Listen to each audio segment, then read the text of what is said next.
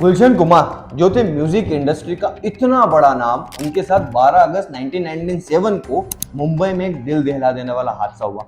ये न्यूज सुनने के बाद एक बार के लिए तो किसी को विश्वास ही नहीं हो रहा था कि उनके साथ भी ऐसा कुछ हो सकता है। गुलशन कुमार जिनकी मेहनत, लगन और कुछ बड़ा करने के जज्बे की बदौलत उन्होंने फर्श से लेकर के अर्श तक का सफर तय किया। यानी कि एक जूस सेंटर पर काम करने वाला एक आम सा लड़का ने म्यूजिक इंडस्ट्री के 65% के मार्केट पर कब्जा करने वाले टी सीरीज के मालिक के साथ ऐसा तो क्या ही हो गया अचानक कि उनकी हत्या कर दी गई। और एक ऐसा इंसान जो हमेशा हमेशा के लिए बस लोगों की यादों में बच के रह गया। टी सीरीज कंपनी के मालिक गुलशन कुमार को सुबह 10 बजे पूजा करने के लिए अपने घर से 4 किलोमीटर दूर मंदिर पहुंचे थे, लेकिन मंदिर के जस्ट साइड में एक धूप छाया अपार्टमेंट था। उसी अपार्टमेंट की बिल्डिंग के सामने एक नाई की दुकान थी और उसी दुकान पर ही अंडरवर्ल्ड डॉन दाऊद इब्राहिम द्वारा भेजे गए 3 गैंगस्टर्स ने गुलशन कुमार का इंतजार कर रहे थे। 40 मिनट के बाद 10:40 पर मंदिर से जैसे ही वो बाहर आकर के जैसे ही गुलशन कुमार अपनी पास ही पार्क कार की तरफ बढ़ने लगे, वैसे ही तीनों में से एक शूटर ने गुलशन कुमार के पीछे उनकी कनपट्टी पर बंदूक रखी और बोला, बहुत कर ली पूजा पाठ, अब ऊपर जाकर के करना। इसके बाद दाऊद इब्राहिम के शूटर्स ने वहां पर जो मौत का तांडव मचाया, उसे देखकर आपके होश उड़ जाते। लेकिन आखिरकार सवाल ये उठकर के सामने आता है कि गुलशन कुमार को दाऊद इब्राहिम ने क्यों मारा? कैसे बने गुलशन कुमार एक जूस वाले आम से लड़के से म्यूजिक इंडस्ट्री के बादशाह? गुलशन कुमार मर्डर केस में जो मास्टरमाइंड था अबू सलेम के ऊपर मुकदमा क्यों नहीं चलाया गया? तो टी सीरीज में टी का क्या मतलब है? और ऐसे कई तमाम सवालों के जवाब हम हमारे आज की वीडियो में जानेंगे, इसलिए हमारे साथ इस वीडियो को आखिर तक जरूर देखिएगा, क्योंकि हम लेकर के आए हैं आपके लिए गुलशन कुमार मर्डर मिस्ट्री की पूरी हिस्ट्री। तो अगर वीडियो में दी गई जानकारी आपको अच्छी लगे, वीडियो आपको पसंद आए, तो इस वीडियो को अपने दोस्तों के साथ, अपने फैमिली मेंबर के साथ शेयर जरूर कीजिएगा, क्योंकि आपके लिए तो फ्री है लेकिन इससे हमारी बहुत मदद होती है। तो चलिए शुरू करें। गुलशन कुमार की पूरी कहानी शुरू होती है सन 1951 में दिल्ली के पंजाबी फैमिली में गुलशन कुमार का जन्म हुआ। दिल्ली के नोएडा में जहां आज फिल्म सिटी है, आज यहाँ गुलशन कुमार के 2 स्टूडियो हैं, सुपर कैसेट इंडस्ट्री का दफ्तर भी है। इस स्टूडियो में आज भी फिल्मों की शूटिंग होती है, म्यूजिक एल्बम बनते हैं। टी सीरीज के मालिक गुलशन कुमार का जन्म कोई बहुत बड़े, बहुत अमीर परिवार में नहीं हुआ। उन्हें पता था कि उन्हें ज्यादा से ज्यादा पैसा कमा करके जल्दी से जल्दी अपने परिवार को सपोर्ट करना, इसलिए गुलशन कुमार 80 के दशक में ही बहुत छोटी उम्र से ही अपने पापा के साथ दिल्ली के दरियागंज में गलोचा सिनेमा के पास एक जूस की दुकान पर काम करके अपने फादर का हाथ बटाते। धीरे धीरे जब उनकी तरक्की हुई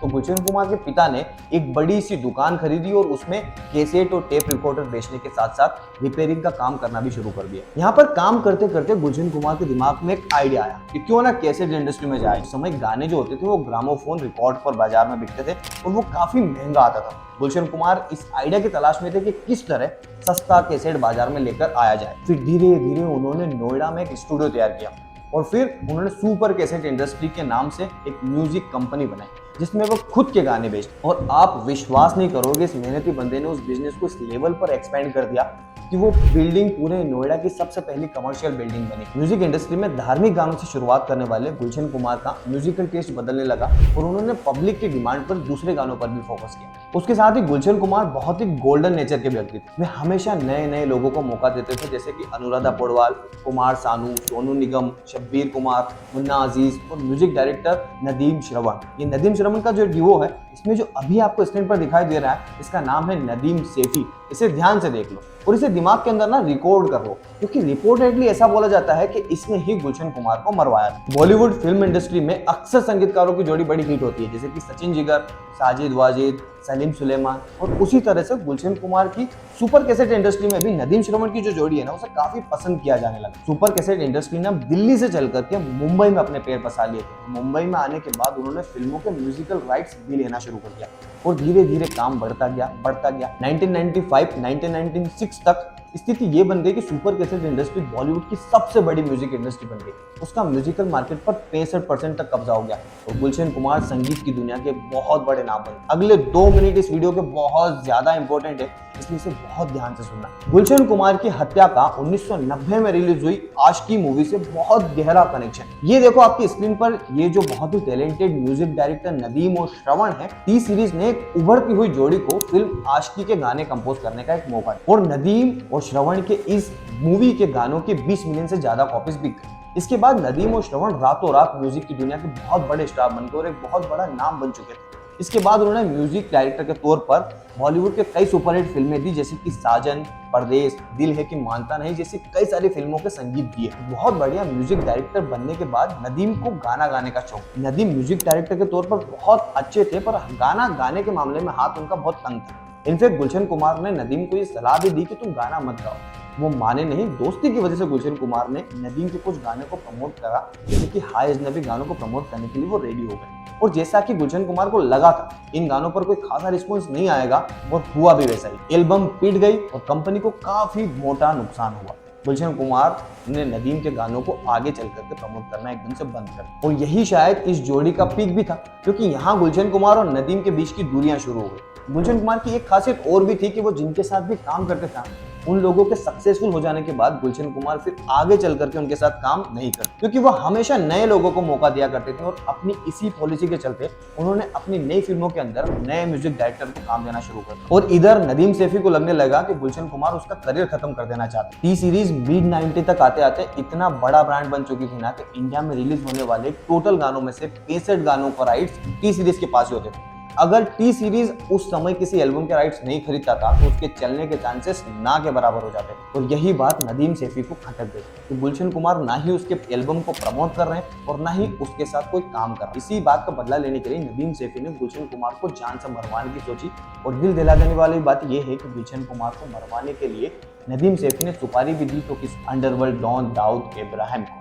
अभी स्क्रीन पर आप जिसे देख रहे हैं ये दाऊद इब्राहिम का भाई अनीस इब्राहिम, और ये है दाऊद इब्राहिम का राइट हैंड बॉलीवुड डॉन अब्बू सलीम। 25 लाख टोकन मनी लेकर के गुलशन कुमार का पत्ता साफ करने की बात जो थी ना, अब्बू सलीम को बड़ा फायदे का सौदा लगा, क्योंकि ये म्यूजिक इंडस्ट्री के सबसे बड़े स्टार को मार करके अंडरवर्ल्ड में और ज्यादा मशहूर और ज्यादा फेमस होना चाहता। अब्बू सलीम गुलशन कुमार की डेली रूटीन की इंफॉर्मेशन को इतनी बारीकी से निकलवा रहा था ना कि गुलशन कुमार कब खाना खाते हैं, कब जागते हैं, यहाँ तक कि कब टॉयलेट जाते हैं। इस बात का जिक्र ना आपको famous investigative journalist S Hussain Zaidi की बुक माय नेम इज अब्बू सलीम में मिल जाए। इसके बाद अब्बू सलीम ने गुलशन कुमार को फोन किया और कहा कि तुम हमें 10 करोड़ रुपए दो और नदीम के गानों को प्रमोट भी करो। पहले तो गुलशन कुमार ने इन बातों को इग्नोर किया, लेकिन बार बार इसी चीज को लेकर के गुलशन कुमार इस बात से परेशान हो गए और उन्होंने अंडरवर्ल्ड को अपनी इस बात की सफाई भी दी कि उन्होंने एक बार नदीम के गानों को प्रमोट किया था मगर वो चल नहीं पाया। लेकिन इस सफाई से अंडरवर्ल्ड पर कोई असर नहीं हुआ और वो पैसे और नदीम को प्रमोट करने के लिए गुलशन कुमार पर प्रेशर बनाते रहे, दबाव बनाते रहे। एक बार फिर अब्बू सलीम का गुलशन कुमार के पास फोन गया कि तुमने ना तो हमें पैसे दिए और ना ही पुलिस को कोई रिपोर्ट दर्ज कराई है, तुम हमें बड़ा हल्के में ले रहे हो। ये तमाम बातें गवाही के तौर पर गुलशन कुमार के भाई किशन कुमार ने अदालत को बताई। इसके 3 दिन बाद अब्बू सलीम को 8 अगस्त को एक बार फिर गुलशन कुमार के पास फोन गया, जिसमें कहा गया कि अगर अब भी तुमने हमें पैसे नहीं दिए तो इसके बाद अपने अंजाम के लिए तुम खुद जिम्मेदार हो। गुलशन कुमार ने कहा कि भाई तुम्हें पैसे देने से तो लाख गुना अच्छा है कि मैं वैष्णो देवी में भंडारा करवा दूंगा। क्योंकि गुलशन कुमार इतने बड़े अंडरवर्ल्ड डॉन से डर नहीं रहे थे, इसलिए अब्बू सलीम का ईगो हर्ट हो गया और यही बात आगे चलकर के बहुत बड़ी दिक्कत वाली बात बनी। जुहू के स्लम एरिया में एक छोटा सा मंदिर था जीतेश्वर महादेव, जहाँ गुलशन कुमार अक्सर जाया करते थे और उन्होंने इस मंदिर में अपने पैसों से काफी काम भी करवाया था। उनकी इस मंदिर के अंदर बड़ी आस्था थी, वो सुबह शाम यहाँ जाया करते थे। 12 अगस्त 1997 को सुबह 10 बजे गुलशन कुमार जुहू के इस मंदिर में पूजा करने के लिए गए और फिर जैसे ही 40 मिनट के बाद गुलशन कुमार मंदिर से बाहर आते हैं तो उनका ड्राइवर रूपलाल उनसे रोज ही की तरह पूजा की थाली ले लेता है। मंदिर के सामने नाई की दुकान थी जिसमें तीनों शूटर्स बैठ करके गुलशन कुमार के मंदिर से बाहर आने का इंतजार कर रहे थे। तीनों ही अब्बू सलीम के बंदे थे जिनको गुलशन कुमार को मारने का काम सौंपा गया था। इन तीनों के नाम थे अब्दुल रऊफ उर्फ दाऊद मर्चेंट, अब्दुल राशिद और तीसरा वाला था अनिल शर्मा। इस दिन इत्तेफाक कहो या साजिश, इनके साथ इनका सिक्योरिटी गार्ड भी नहीं था, उसकी तबीयत खराब। फिर जैसे ही गुलशन कुमार मंदिर से बाहर आए, उन्हें किसी फिल्म की तरह उन पर धड़ाधड़ 16 गोलियां उनके सीने और उनके गर्दन पर मार करके उनको छलनी कर दिया। उनके ड्राइवर ने उन्हें बचाने की कोशिश की लेकिन उसके भी पैरों में गोली मारकर उसको घायल कर दिया। जहां गोलियां चलाई गई वहां ऊपर देवी मां की फोटो लगी हुई थी और जिस मंदिर को गुलशन कुमार ने खुद रेनोवेट करवाया था, आज उसी के पास उनका इतना भयंकर तरीके से अंत हो रहा था। गुलशन कुमार को अस्पताल ले जाया गया और डॉक्टर्स ने बहुत कोशिश भी की पर गोलियां बॉडी के बहुत इंपॉर्टेंट पार्ट्स पर लगी थी। लाख कोशिशों के बाद भी गुलशन कुमार को बचाया नहीं जा सका। गुलशन कुमार की मौत से पूरा बॉलीवुड ही नहीं बल्कि पूरा का पूरा देश शौक में था। लेकिन अब सवाल ये है कि इन हत्यारों का आखिरकार हुआ। इनमें से अब्दुल रऊफ को 2001 में कोलकाता में अरेस्ट किया गया और अब्दुल रऊफ को उम्र कैद की सजा दी गई। बाकी सबको प्रॉपर सबूत ना होने की वजह से रिहा कर दिया। बात करें म्यूजिक डायरेक्टर नदीम सैफी की, तो मर्डर के जस्ट बाद ही देश छोड़कर के लंदन भाग गया और आज तक वापस नहीं है। लेकिन इस केस का एक इंपॉर्टेंट बात यह भी है कि जिन 19 लोगों पर मर्डर के चार्जेस लगाए गए थे, उनमें से एक नाम टिप्स कंपनी के ऑनर रमेश तौरानी का भी। रिपोर्टेडली रमेश तौरानी ने बिजनेस राइवलरी के चलते टी सीरीज कंपनी को बर्बाद करने के लिए ना गुलशन कुमार की सुपारी दी। और कुछ लोगों का कहना यह भी है कि गुलशन कुमार हिंदू कल्चर को बहुत प्रमोट करते थे ना, इसलिए ऐसा सब कुछ हुआ। पर ये सब कुछ प्रूव नहीं हो पाया, ये बाजार में चलती हुई बात है। और आखिरकार इस पूरे गुलशन कुमार मर्डर केस के पूरे प्लान के मास्टरमाइंड अबू सलेम को पुर्तगाल से अरेस्ट किया गया और वो अभी भी जेल में ही है। लेकिन नदीम सैफी काफी इंटरव्यूज में अपनी तरफ से सफाई देते हुए मिल जाता है और वो साफ साफ कहता है कि उसका गुलशन कुमार मर्डर केस से कोई भी लेना देना नहीं है। लेकिन जो है वो अनफॉर्चुनेटली क्या मिसकंसेप्शन था और क्या मिस इन्फॉर्मेशन था जिसकी वजह से लोगों को आज तक की मैं बात आज उसको खुलासा मैं करना चाहता हूँ कि मैं कभी ना भागा हूँ और ना मैंने कोई ऐसी कोई जुर्म किया जिसके लिए मुझे इस तरह की जो है वो सजा मिलने की वो किया था, इल्जाम लगा था। तो दोस्तों ये थी गुलशन कुमार मर्डर मिस्ट्री की पूरी हिस्ट्री। अगर आपको हमारी वीडियोस और उसमें दी गई इन्फॉर्मेशन से थोड़ी भी वैल्यू मिलती है तो इस वीडियो को अपने दोस्तों के साथ, अपने फैमिली मेंबर के साथ शेयर जरूर कीजिए।